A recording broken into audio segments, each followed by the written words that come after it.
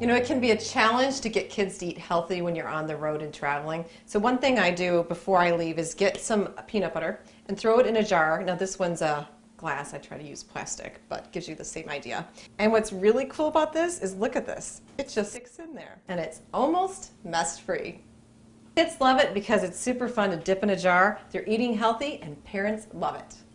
And this tip I got from the blog, Choose to Thrive. For more information on upcoming destinations and projects, visit familytravelck.com.